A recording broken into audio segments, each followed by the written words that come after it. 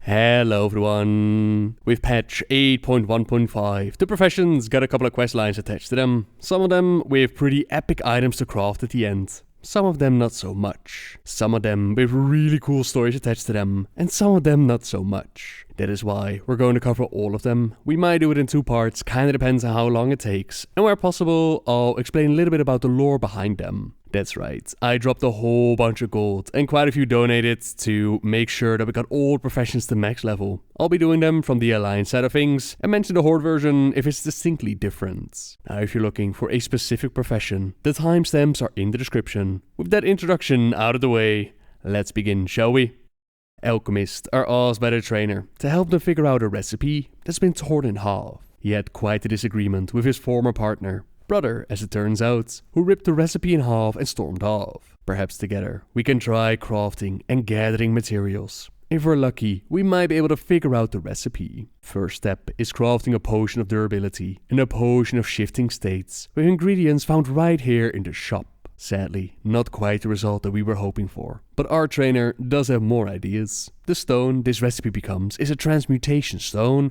What if the missing reagents to make it come from something that's gone through the transmutation process? His now ex-partner used to go out to Stormsong Valley and change shrubs into bubbles.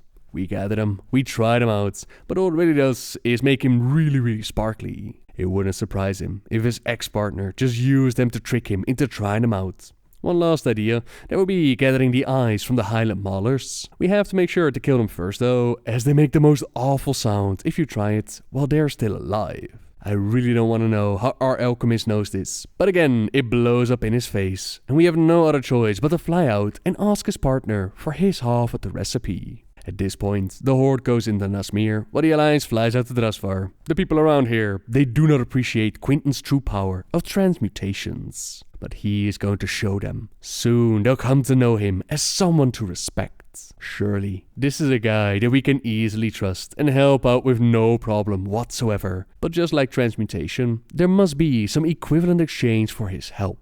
We're going to have to gather death rooms that usually grow where death lingers, while also using his bag of transmutation stones on the witches. It is their altered blood that he is interested in. They're imbued with magic. The stones, it should turn them into weaker creatures, but it's not exactly a precise science, and sometimes quite the opposite happens. After all that hard work, we're rewarded by Quinn with an invitation to his cave, where they will use what we have gathered for the finest transmutation yet. History in the making. He shall finally become a being worthy of fear and respect. A creature known as the Nightmare of the Woods, or on the Horde side, the Terror of the Swamp. Betrayal on both sides, and a former partner of our alchemy trainer is put to the sword. Thankfully, we do find that missing half the recipe in his bag. An odd signature completes the recipe. It is signed by Silas Darkmoon. Not entirely unreasonable, I suppose, as the transmutation stone is also called Silas' Sphere Transmutation. It highlights and allows the player to interact with various cauldrons on Kaltiris and Zandalar. Apparently, from these cauldrons, it can give you either flasks, battle potions, or rare mystical cauldrons, which I'm sure is going to work absolutely perfectly fine and isn't bugged or abused. On use, the stone will transmute into another object for 1 hour. This can be either a vial of continuous curing, which is a reusable healing potion, or it could be the Decanter of Disguise, so a transformation toy, the Stone of Transportation, which will let you teleport to a nearby safe haven, and then probably the most valuable one out of all of them, a Potion of Prosperity. This increases your chance to create extra items from your alchemy recipe list. Basically, it's a better chance at procs for when you're crafting, which can add up rather nicely.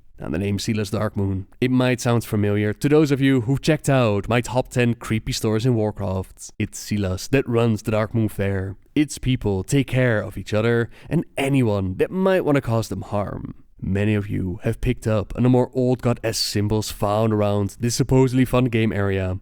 All in all, Silas is not a man that you want to be messing around with. Not surprising that he knows how to craft a pretty cool item like this.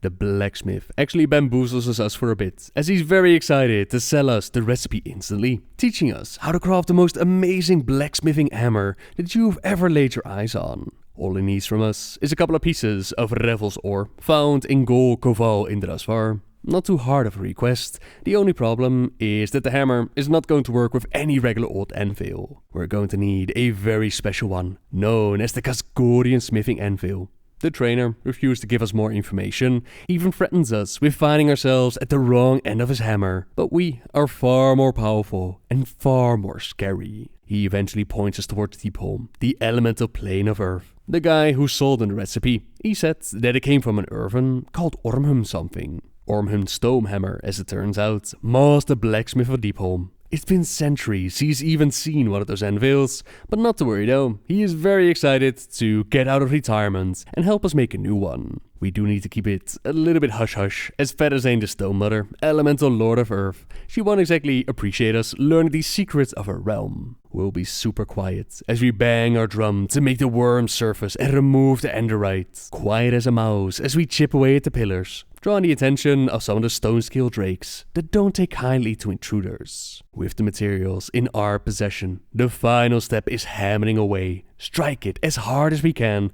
while Ormhum plays his part. We actually managed to do it. A beautiful anvil is created, but Featherzane isn't that excited. The audacity of us surface dwellers, thinking that we can just show up here and take their secrets. A choice is given to us. We may either choose to free our ally, the one who betrayed his people by sharing their coveted knowledge with us and now faces a punishment of death, or we may choose to take the anvil that we created, the prize that we were truly after this whole time. Now if you choose to go for the anvil, no real retribution follows. Featherzane just lets us go with the item, while Ormhum will face his punishment elsewhere. But if you choose to be a kind hero, put the value of life over possessions, and not let him hang out to dry, Featherzane will still reward you and hand over the anvil anyways. I truly wonder how Featherzane would react to shamans that might show up, considering the whole history with the Legion Order Hall, but for us, we simply return to the trainer and deposit our beautiful new anvil. This is amazing. He can now start charging double for the recipe. With our new hammer and anvil combo, it gives us a chance to craft gear with the indestructible trait. Sadly, for me, this wasn't really useful as I already crafted the gear that I needed before this questline was added. Beyond use of the item that will let us repair a piece of equipment instantly and for free. Sadly, it does come with a 1 hour cooldown. In my opinion, not really worth it.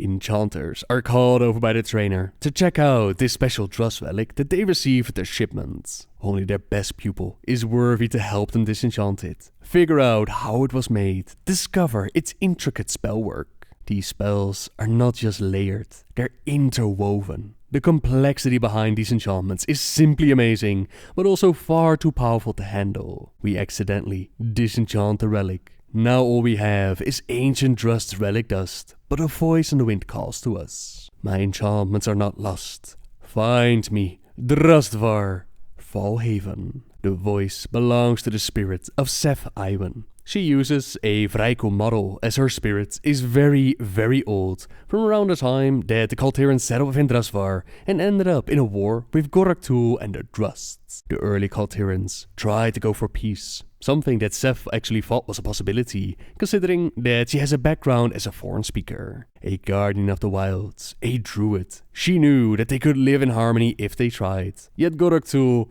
he had other things in mind. He decided to make an example of her. You can fight these invaders, or you can hide in the woods forever. Which one is it? Thinking that he would just banish her, she chose to hide in the woods. But instead, he tore her soul from her body, leaving just enough of a connection so that she couldn't stray too far from it. Perhaps we'll be able to help each other out. She is willing to teach us the mysteries of her enchanting if we can help set her free and get her a new body. She might have the ability to take control of other creatures, but it doesn't feel right to her. Instead, she would like us to create an empty vessel, an empty construct, so that her spirit can house within. Doing so will require that her soul is not anchored to anything else in this world. So after a bit of grave digging and spell work to remove the bindings on her spirits, we're ready to get to work. With ancient wood, spider silk to keep it all together, and the final ingredient, a heart. Now not a beating heart of course, that would defeat the purpose. We're going to make an enchanted stone capable of storing life force of the souls which were used to animate the elementals and the undead in the area. Now within their sanctum, untouched by time, we perform the ritual of binding. Our animated golem, it comes to life. Yet as she tries to assume control, we notice something's wrong. The column, or more accurately, the heart that we empowered. It contains spirits not down with being used as fuel. They will claim their revenge. They lash out at us. We have no choice but to destroy what we created. Now, we could try again, of course. But maybe this was a sign for Seth. We're clearly more than capable of defending those who need it. Maybe it's time for her to simply move on. She may not have a body, but thanks to us, she doesn't need one anymore. As a parting gift, she teaches us how to craft Ivan's enchanting rod. With this, every disenchantment that you'll do, you'll gain extra resources. On use, and by consuming one veiled crystal, we could also animate an inner golem. These are found all around Zandalar and Kaltiris. The crystals used to fuel their body, but according to some comments that I found on Wowhead, the help that you get from them is not really great. Not really worth the price of a crystal, but still very sweet to gain some extra resources just by having in your bag, and a nice glimpse into what life was like for the Trust as the Kaltirans stepped into their lands. The leatherworking questline is probably the most different one out of all of them, depending on what faction you play for. From the Alliance point of view, you're informed about a night elf looking for the best leatherworker that they got. Danis Ghost Dancer was there when the Horde burned down Teldrassil. We must hold them accountable for the havoc they have caused. She wants us to make a set of drums from rare and powerful components that will let us harness the raw primal might of the slain beasts. With this power, we will teach the Horde that home is not a place that can be burned. Hope is not something that can be slain, and that we are stronger than flame. The drums will need a special mallet to use, but once our work is done, she will teach us how to craft this mallet. Then, on the Horde side, we're sent over to the Tauren, who have heard that the Alliance attacked the Zaralor. This sparked their memory, and they couldn't help but think back to those lost when they attacked Camp Tarajo. No longer can they sit idly by while the Alliance continues to slaughter them. So those are the two different motivations. We're going to craft some mighty drums, place them around Zandalar and Kaltiris, then craft a mallet to wield them. The materials, they come from different places. Danish has some people in mind that can help us out. Felonus in Stormwind has a rather brilliant collection of skins and owes her a great deal as she saved him from the flames. Now he'd be more than willing to hand over whatever he has, except it's already been stolen from him by thieves who had the audacity to try and sell them back to him. The note states that they'll be waiting in the foothills behind the castle if he wants to make a trade. Now you get the option to either pay up for the hides or fight them. I would recommend that if you're undergeared noob like myself, you might just want to pay the price. Otherwise, you'll find yourself forced to ask your guildies for help. The Horde does have a similar problem, except for them, it's the Venture Code that stole it. Now her life partner journeyed to Valshera when the Legion attacked. If there's anyone who would know where to get raw materials for something of this magnitude, it's going to be him. As we talk to him, he lets us know that a Hydra has been something of a nuisance for the people at the Temple of Elune. It lives on the glowing reef, attacking ships that pass by, making it very difficult to get supplies to and from Bradensbrook. A team has already been sent out to handle it, but they haven't returned. The Hydra proved to be far too much for them, but it does make our job a little bit easier, as the beast is already wounded.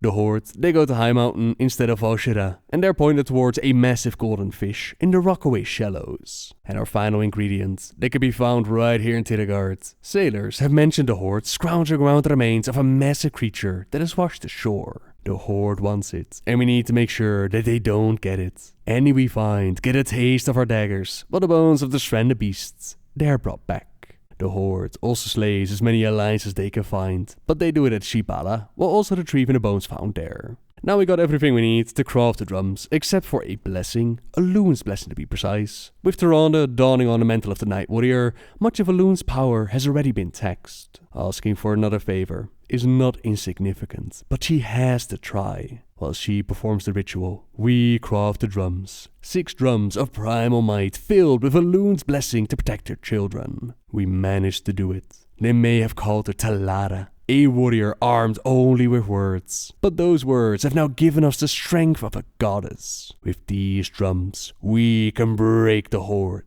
Meanwhile, on the Horde side, they do a similar thing. Instead, they're asking for the Earth Mother to bless their creation. After this, the drums of might are placed across Zandalar and Kaltiris. In retrospect, she could have just showed us how to make the mallet before we left. All the same, when we return, she teaches us the secrets behind the mallet of Thunderous skins. This allows us to bang the drums to be placed, which gives us either a blessing of speed, might or resilience. On use, it will increase our haste by 25% for 40 seconds, so basically it's a mini personal heroism. Now I imagine as a leatherworker, you'll be running dungeons and raids with drums anyways, but it might be nice as you're going about as your own business, that you have a little heroism with you, that you don't have to use your expensive drums. And that is unfortunately all the time I have for today. Ladies and gentlemen, next week we'll pick it up with part 2 and we'll finish off the remaining quest lines. Throughout the week I'll be uploading some of the stream highlights for those of you who can't wait for next week to see these profession quest lines. But for now, thank you very much for watching everyone. Subscribe if you like my videos, leave a like if you enjoyed this one, and until next time guys, see ya!